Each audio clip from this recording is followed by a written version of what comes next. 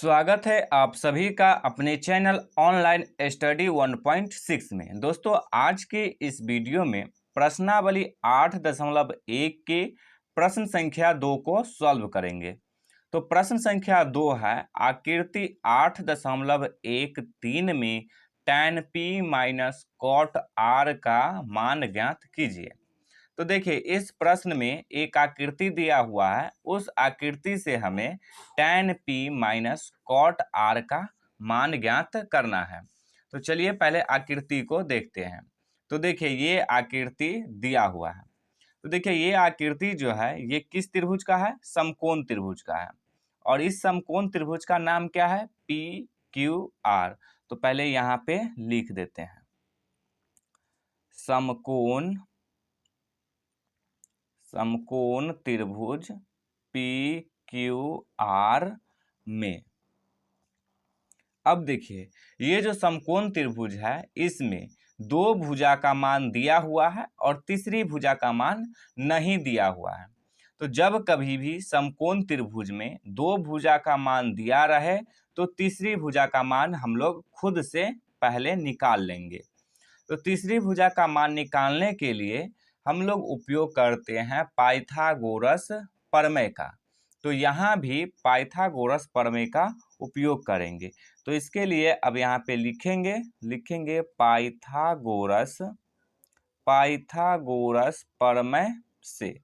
अब देखिए, आप लोगों को याद होगा, यदि प्रश्न संख्या 1 देखे होइएगा तो पाइथागोरस प्रमेय का फॉर्मूला होता है कर्ण स्क्वायर बराबर लंब स्क्वायर प्लस आधार स्क्वायर। ये होता है पाइथागोरस प्रमेय का फॉर्मूला। अब देखिए, यहाँ पे ये जो आकृति है इसमें किसी भी कोण का उपयोग करने के लिए नहीं बोला है। तो हम लोग क्या करेंगे, ये दोनों भुजा में से किसी भी एक भुजा को लंब और किसी भी एक भुजा को आधार ले लेंगे। और ये तो सबसे बड़ी भुजा है तो ये हो जाएगा कर्ण। तो देखिए, कर्ण का मान कितना है? 13 सेंटीमीटर। तो कर्ण के स्थान पे रख देंगे 13। स्क्वायर लगा हुआ है फॉर्मूला में, तो इसमें भी लगा देंगे स्क्वायर। अब इन दोनों में से किसी एक को लंब और किसी एक को आधार ले लेते हैं। तो चलिए हम 12 सेंटीमीटर को लंब ले लेते हैं।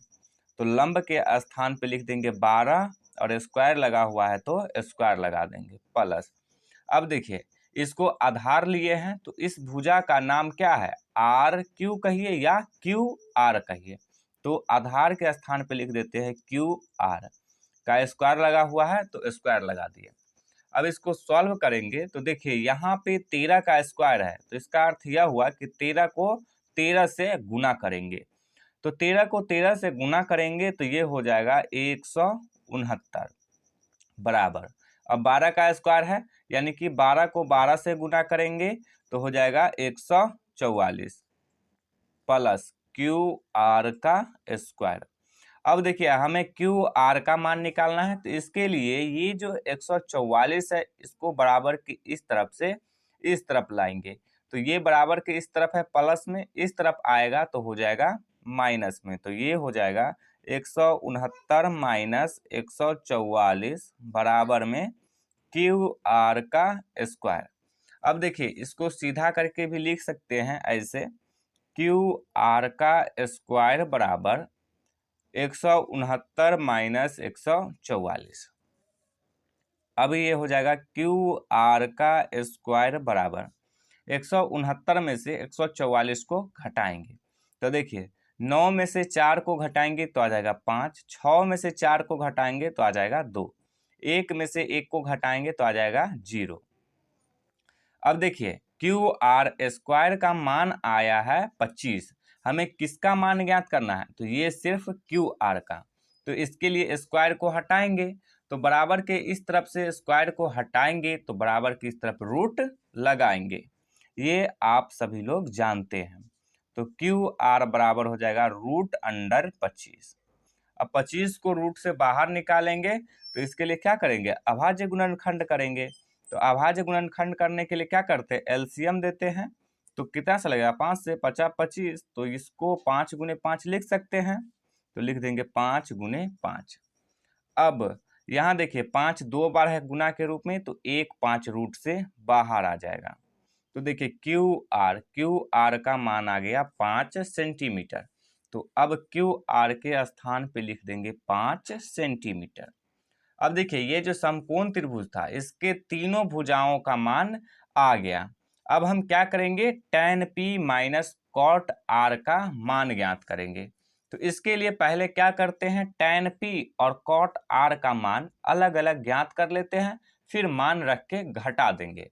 तो चलिए पहले tan p का मान ज्ञात करते हैं। तो यहाँ पे लिखते हैं tan p। तो देखिए tan का सूत्र होता है लंब बट्टे आधार। तो यहाँ पे सूत्र लिख देते हैं लंब बट्टे आधार, सूत्र लिख दिए। अब है cot r, तो cot r का मान भी यहाँ पे निकाल लेते हैं। cot r बराबर, तो देखिए cot का सूत्र होता है आधार बट्टे लंब। तो यहाँ पे लिख देंगे आधार बट्टे लंब। अब यहाँ पे समझिएगा, यहाँ देखिए ये जो tan है ये त्रिकोणमितीय अनुपात है, और ये p जो है, इस p का अर्थ है कि हमें कोण p का उपयोग करना है। यानी कि ये जो आकृति है इसमें हमें ये वाली कोण का उपयोग करना है। तो आप लोग पहले से जानते हैं कि समकोण त्रिभुज में जिस कोण का उपयोग करते हैं उसके सामने वाली भुजा होता है लंब। तो कोण P के लिए ये वाली भुजा हो जाएगा लंब और ये हो जाएगा आधार। ये तो सबसे बड़ी भुजा है, तो ये तो सभी कोण के लिए कर्ण ही रहेगा।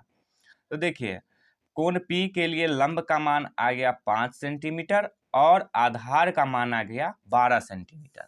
तो यहाँ देखिए tan P का सूत्र होता है लंब बट्टे आधार, और कोण P के लिए लंब का मान है 5, तो लंब के स्थान पे लिख देंगे 5 बट्टे, आधार का मान है 12, तो 5 बट्टे में 12। अब है cot r।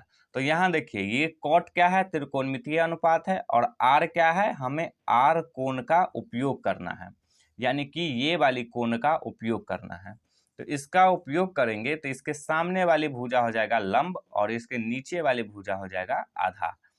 तो कोण r के लिए लंब है 12 सेंटीमीटर और आधार है 5 सेंटीमीटर, और cot r का सूत्र होता है आधार बट्टे लंब। तो आधार का मान है 5, तो 5 बट्टे लंब का मान है 12, तो लिख देंगे बट्टे में 12।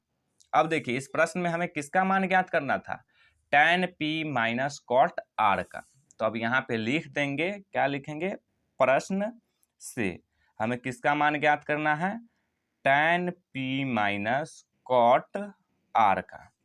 tan p का मान कितना आया है, 5 बट्टे में 12, माइनस cot r का मान कितना आया है, 5 बट्टे में 12। तो फिर से लिख देंगे यहाँ पे 5 बट्टे में 12। अब देखिए यदि आप चाहे तो 5 बट्टे 12 से 5 बट्टे 12 को काट के डायरेक्ट यहाँ पे 0 लिख सकते हैं, या नहीं तो इसका क्या करेंगे, बट्टा पर का घटाव करेंगे। तो इसके लिए क्या करेंगे कि 12 और 12 का एलसीएम देंगे तो आ जाएगा 12। अब 12 में से 12 को भाग देंगे तो कितना मरतबे कटेगा, 1 से। अब 1 से 5 को गुना करेंगे तो आ जाएगा 5।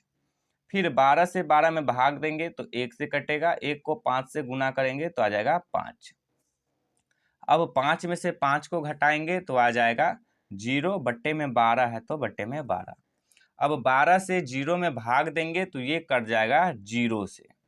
तो देखिए बट्टा पर का घटाव भी किए हैं तो 0 ही आया है, और यदि आप चाहते तो यहीं पे 5 बट्टे 12 में से 5 बट्टे 12 को घटा के डायरेक्ट 0 भी लिख सकते थे। तो यही हो जाएगा इसका आंसर।